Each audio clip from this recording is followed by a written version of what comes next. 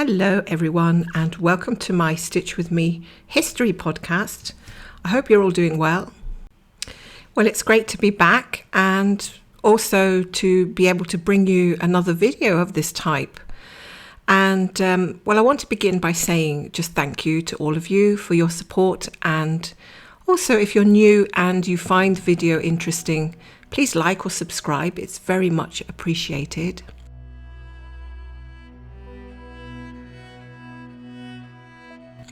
So for this video, I found something historical that really piqued my interest, and it's all about Scotland's witches. Now, I would say that the history of witches and witchcraft is a really curious and popular topic of research or study. And the other night I was thinking to myself, what is it that I particularly like about it? Well, this might sound a little bit insignificant, but maybe it's just the fact that I was born on Halloween in the early hours of October the 31st. That just kind of intrigues me a little. So when I looked up that date, I found that it had a spiritual meaning, and its traditional roots go back to ancient Celtic, some sort of pagan festival. And the name Halloween actually traced right back to medieval Christianity. But let's get back to the witches, and one of the things which I was really curious about was, what did a person have to do to be accused of being a witch? So I found a website of the University of Edinburgh, and through its research, I presume, identified nearly 4,000 people who were accused of being witches or dabbling in dark arts. And my further research unveiled that people feared them greatly, and most people said that they were connected to the devil. And some of the things that you might be accused of if you were a witch was causing death to a person or an animal.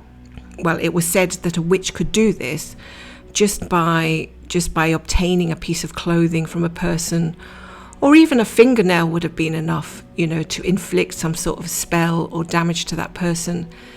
And any manner of physical deformity that you had would also be suspicious.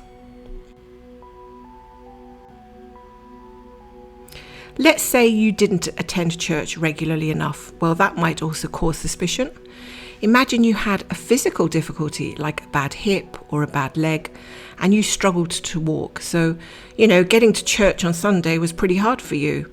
And maybe you had to rely on family members to take you there, and maybe they couldn't always do that.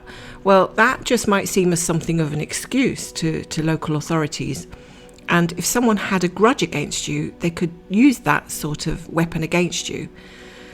So if a neighbour, say, didn't like you and one of their cows died, they can easily point a finger at you and say you were the cause of their animal's death. So you have to remember that cows and agriculture, that was a major stream of income in those days, and people were so scared of diseases generally. So a dead cow in their field, or God forbid, a dead herd of cows, well, that could mean poverty for an entire family or even a village, even though it was likely through natural causes. And if you were also keen, or you had keen knowledge of local herbs and flora, that could also work against you, because many people believed that these were collected and used to create poisons and to cast spells. And what I also found, funnily enough, were that the most commonly accused were spinsters, elderly women, widows, the sort of people who had very little ability to defend themselves against such claims. So which witch did I find interesting in my research? Well, we'll go back to 1727, and there was a lady called Janet Horne, and Janet was the last witch to be executed in Scotland. Now, looking into this more deeply, I found that Janet Horne was really a generic name for North Scotland's witches at the time. So I didn't really find any information about her real name, or perhaps somebody called her Janet Horne and it was just recorded as her real name. We don't actually know. But Janet was arrested along with her daughter Helen, after being accused by neighbours that she rode her daughter like a pony to meet up with the devil. Now that sounds pretty crazy, right? And it didn't help these two women that Janet herself suffered from senile dementia, and also that her daughter had a deformity of her hands of some kind. So they might have been sort of, her fingers might have been curled under or something, I would presume, so that her hand looked like an animal hoof, which might have, given the information, which might have led people to believe that her mother had turned her into a pony. And also that Janet, with the help of the devil, turned her into the pony to help her get around the place, because she was elderly and she probably, walked with a hobble, or she probably just had all these rumours stacked against her in the area. But you just couldn't make it up, right? And in any case, this pair received a very rushed trial, and they had literally no one to defend them. And even if they had bothered, the likelihood is it wouldn't have made any difference, because they were both ordered to be burned the following day.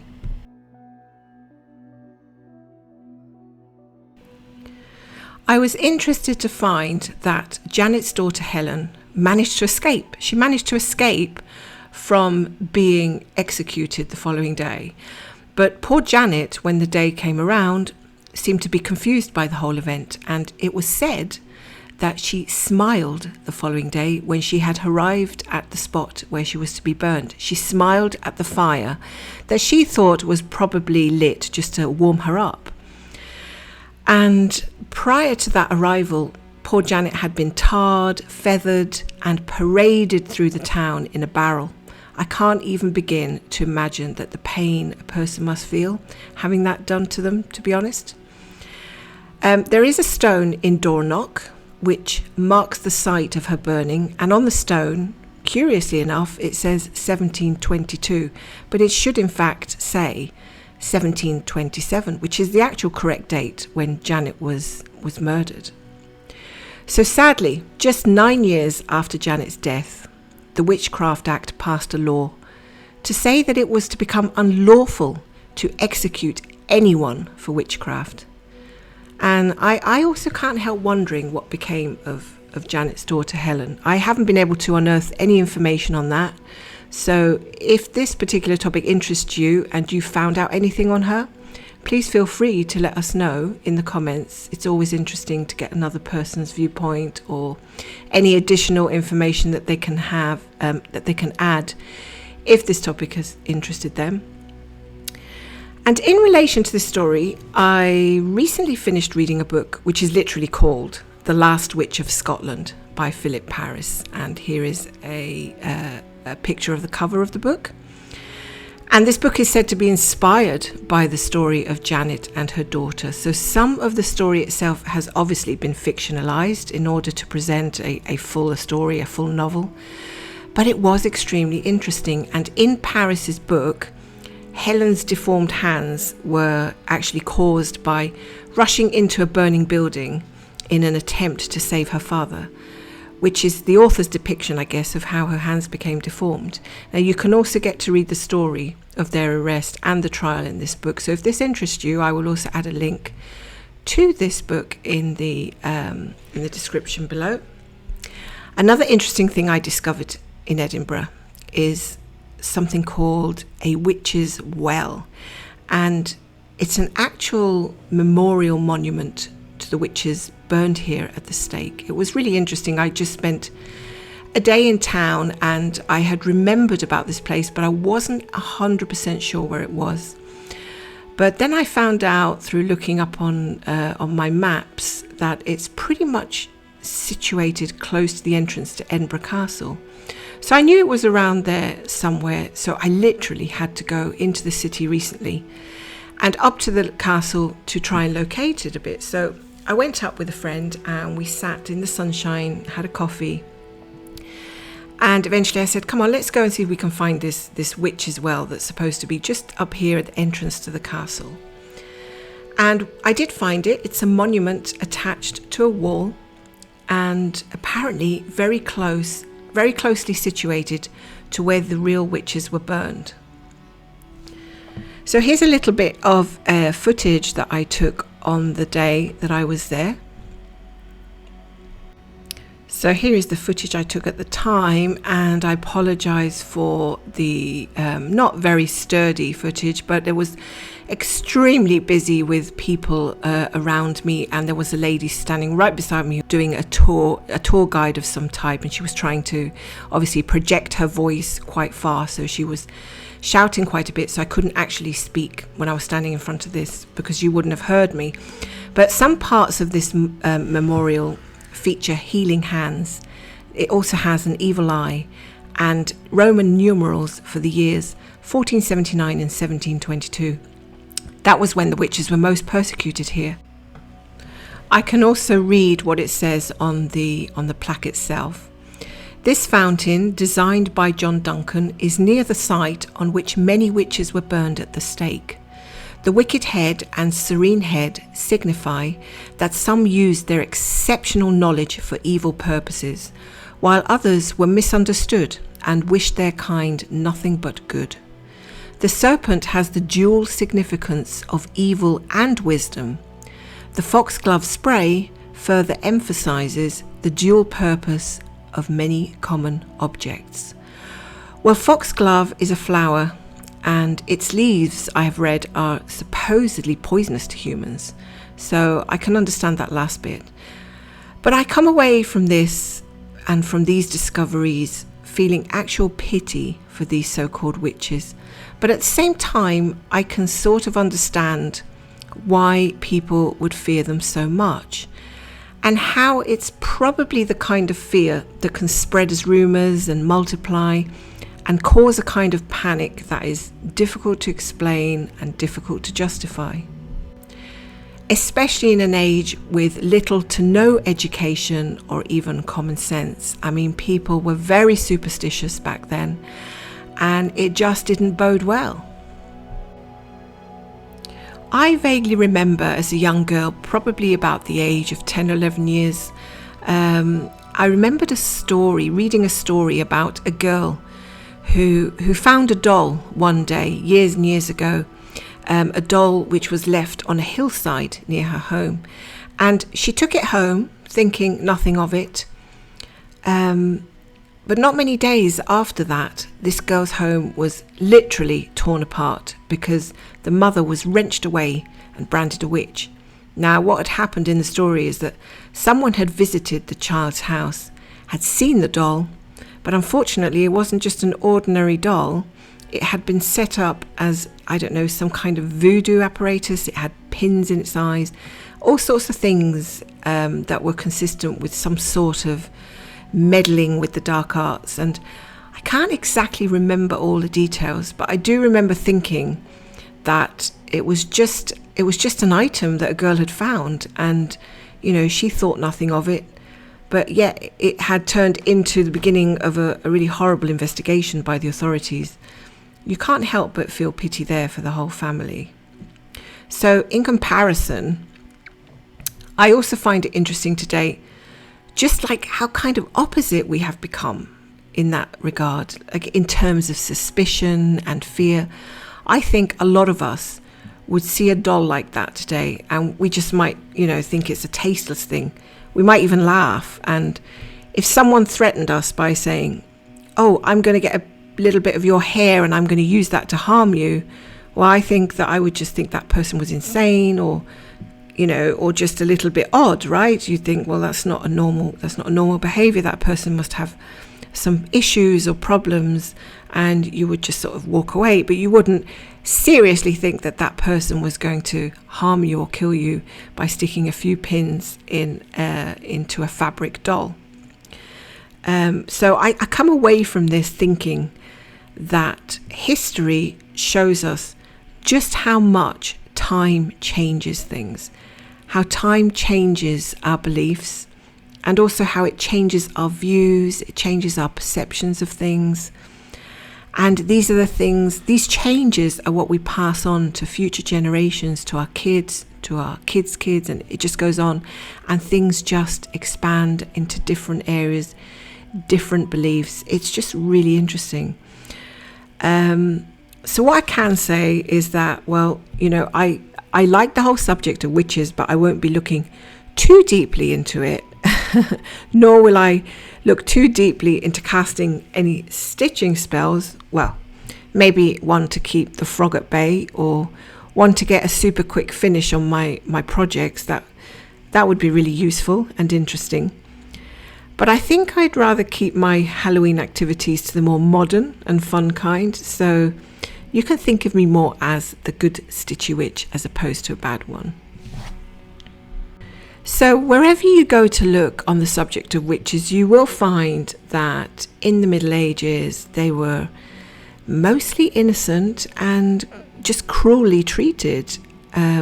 You know, people just wanted to be rid of them as quickly as possible, whether they were guilty or not. And many times they were already dead by the time that they were found not guilty, because one of the persecutions was to tie them to a chair and throw them into a river.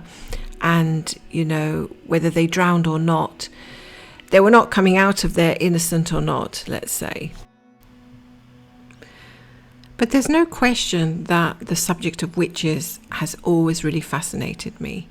And I also remembered to include here, because why not really, I have a photograph that was taken a few years ago when I did a kind of photo shoot. And I actually dressed up like a witch, and the whole stage was set with this kind of dark ambience, and there was candles all around me. And I had to, you know, look the part, and I was sort of given fangs and everything. I thought it was a lot of fun to do.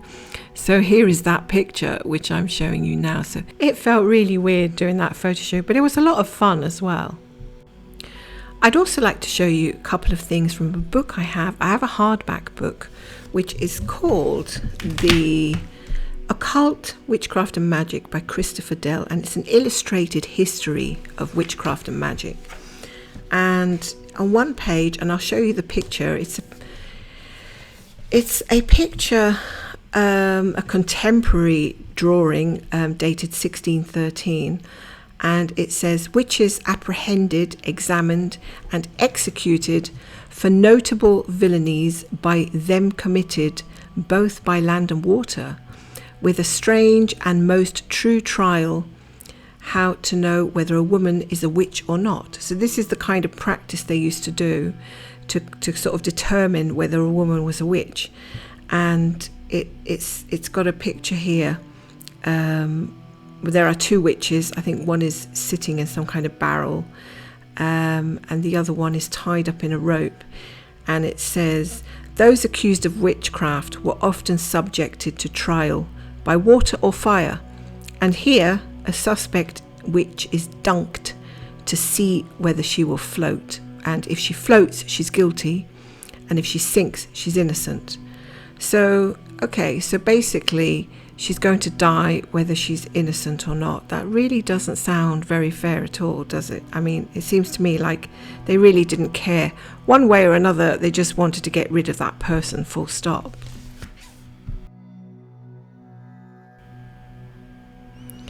We also find that love spells can be employed sometimes for witches to attract the objects of their desire.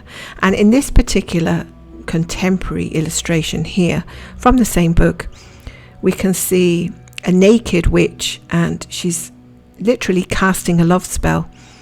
And you can see that the object of her affection seems to be standing at the door. She's got very strange sort of sandals, pointy shoes or sandals on, and it just looks like, you know, she's doing something pretty strange whilst her would-be lover, or the person that she desires, is kind of standing there, goodness knows why. But it's a very interesting illustration indeed. And in this interesting illustration, we can see a witch She's flying not on a broomstick, but in this case she's flying on a garden hoe, which is really quite interesting. Did she steal it from a gardener, or did she get annoyed, or did she have some sort of quarrel or fight with the gardener and she just took off in his hoe? Who knows? But in this particular illustration, that she's covering her face, but she is showing her evil eye, and that's what you can see that she's doing there. I find it quite difficult to see whether it's actually possibly could be a man. So maybe it's the gardener himself that turned into a witch, and he's flying around in his hoe and giving people the evil eye. Yeah, I think that's probably what it could be. Well, all I can say about that really is thank goodness we live in the 21st century and we don't have to be subjected to these kind of horrors and these kind of shudderingly horrific images and details, and even ideology that is something which, you can just flick through in a book, but you don't actually have to be involved with it or accused of anything that has anything to do with it, thank goodness. Well, I hope you really enjoyed this history podcast. I hope there's been something of interest in here for you, and it's been so interesting for me to venture into it and to look at it from different viewpoints again. So please share it if you're able to, and I'd like to say thanks for watching and interacting, and I look forward to seeing you again. So I hope you have a great week and take care, and I'll see you soon.